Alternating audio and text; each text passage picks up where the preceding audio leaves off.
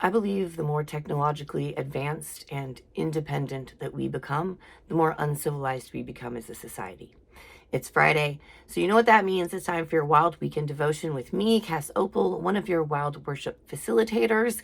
I am also the Director of Communication and Membership at First United Methodist Church, Omaha, as well as a certified candidate for ordination as deacon in the Great Plains Conference. So what do I mean? I am sure my opening statement ruffled a feather or two in the etherverse out there. So what do I mean by uncivilized? Because most people think of civilization as our technological advancements, the better houses, and the more interdependent we are on like grocery stores. Like, yes, that's civilization. But that is not the definition of what a civilized society was, anthropologically or sociologically speaking. So, what does civilized society mean to me then?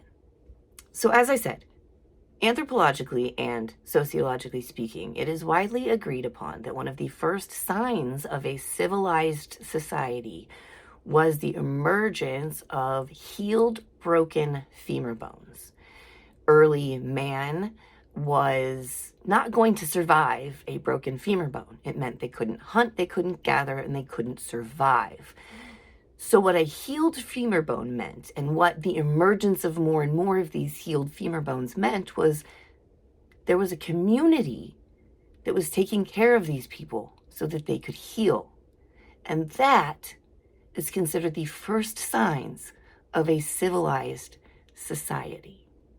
Now, I have a pretty vivid imagination, but even I can't imagine an early human being like, okay, I see this femur bone, but before I help take care of you, do you have insurance?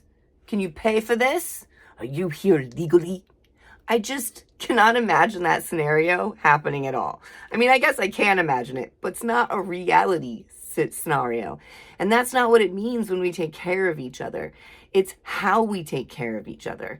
And of course, this is a wild worship or wild weekend devotion. So of course, I'm going to tie it to something in the wild. And this week, I'm talking about pollinators, butterflies, bees, and flowers. Those are foundations of our ecosystem, and they are the reason we are still in existence. Taking those out of our ecosystem is absolutely detrimental to everything, the balance of everything. It is a linchpin. And the other thing that I find really, really interesting about butterflies and bees and flowers is they are communal. They're different types of communities. They are in community different. Bees operate differently than butterflies, and they both operate differently than flowers. But a butterfly never approaches a really bright, beautiful flower with the mentality that the brightness and beauty of that flower will somehow diminish the beauty and necessity of the butterfly. And we as humans have a problem with seeing the other flowers and the other butterflies and the other bees and the other types of humans as threats to our ability to be the best, I guess. But you don't see that in the natural world. You don't see that in the butterfly kingdom. I mean, there are predators and prey, and there's an ecosystem, but we're talking about pollinators today. And with the announcement earlier this week of our governor here in Omaha, with the new detention center being put in at the old work ethic camp in McCook, Nebraska, I am so deeply disheartened. And it just made me realize that we truly, as a society, are becoming more and more uncivilized. We are losing our ability to care for each other. Now, on the flip side of that, I see communities that are absolutely doing the work. They are helping in every way they can. To quote John Wesley, they are doing all the good they can in all the ways they can in all the spaces they can for all eternity, as long as they can. And that's very paraphrased. But the point, whether you follow Jesus or Muhammad or Allah or Buddha, the message underlying all of that is to be more civilized, to take care of each other, to uplift your neighbor, to treat your neighbor as your family and not an enemy. when we talk about right and left and politics, we forget that we're all one human. And that instead of letting little tiny labels divide us, we should find how each of us can thrive in the ecosystem together instead of trying to eradicate entire species, entire parts of humanity, because one part of humanity thinks it's better than the other part of humanity. Whether that's our immigrant siblings, our LGBTQ+, our transgender, our disabled, our neurodiverse, all of these communities are valid, beautiful communities, just as valid as your hegemonic, straight, white.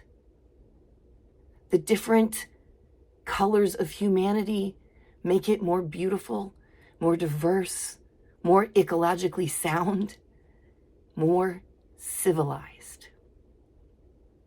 So please join me today as I close my devotion.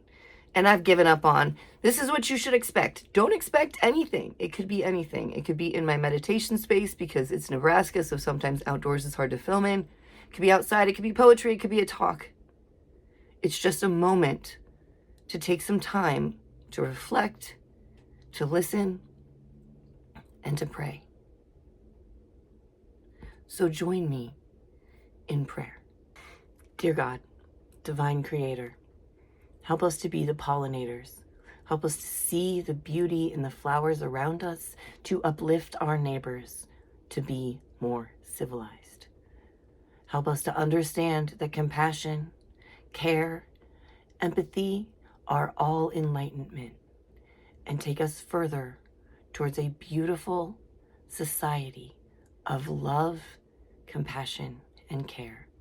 Help us to stand up with our voices strong, even when it's hard, so that we may be louder than those that would divide us, harm us, and convince us that there is one community more beautiful than another. Because each community is beautiful in its own way and deserves to be protected, and valued, and loved. Help us to go into the world, find our light, and shine it with the lights of others, to be the linchpin in a foundation of love. Let our pollinator garden grow with beauty and light. Amen. Go into the world knowing that you are a beautiful and beloved child of spirit. And no matter how hard it is to stand for what is right, it is what we are all called to do, to create a more civilized society.